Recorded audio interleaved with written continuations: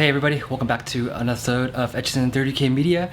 We have my parents' 2007 Honda Civic right here. As you guys all watch in the video that I made about 2 years ago, I surprised them with this car. It's been a good car, it's had its ups and downs, had to do a couple of things, but overall it's been reliable. It's been, it has about 170,000 miles on it now. It's going up, but so far it's been running good. The only thing that I wanted to fix on this car for the longest time was the paint, and the paint was actually starting to fade. The clear coat was fading and it was getting into the base coat, and it was starting to flake and peel and kind of show the primer a little bit. So I've never ever painted a car before. I watch a lot of videos on YouTube. Paint Society is one of them. Great channel, and I'm really grateful that those guys exist. A couple of other videos that I've watched where you can use a rattle can to paint the car. And this car being as old as it is, and my parents just don't really care for it too much as long as it gets them from A to B, we're gonna try to paint the trunk, the roof, and the hood. We're gonna just use the Duplicolor paint match, the Nighthawk Black Pearl, and then use a primer. We're gonna get a tack rag, and we're just gonna sand everything down and use a guide coat to guide us when we're sanding again, and then basically put the base coat down and then put the clear coat down. I couldn't find the 2K clear coat because this car is only gonna be here for about 3 days, and my parents are going to be leaving, so it was kind of like last minute. I didn't even know they were going to come visit me, so I want to take this time to just make this video and just show you guys what I'm going to do. And this is a 2007 Civic. We're going to repaint the trunk, hood, and roof. See how it goes, right? Wish me luck.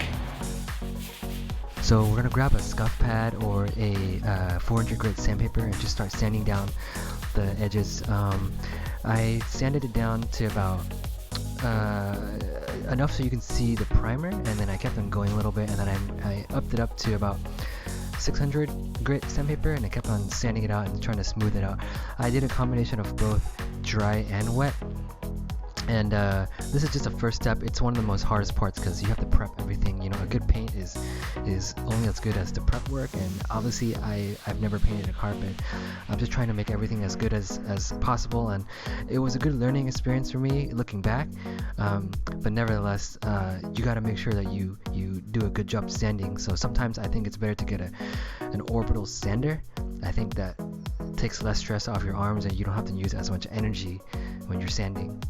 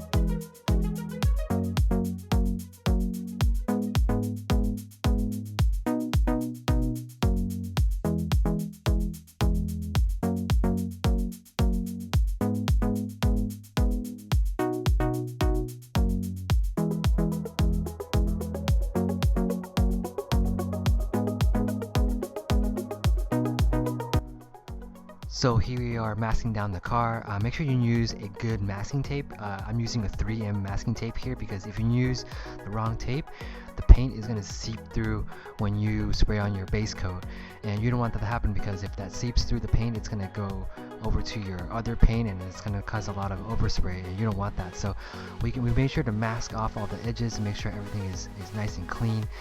You can reference a lot of good YouTube videos. Paint Society, Ratchets and Wrenches, all those guys have painted their car with rattle cans. The only difference is that they use a stronger and more expensive base coat and clear coat versus me. Like, I was on a budget, and also I only had less than 2 days to get all this done. But anyway, make sure you mask off the paint and make sure you do it well to avoid any kind of weird paint lines and and sandpaper lines.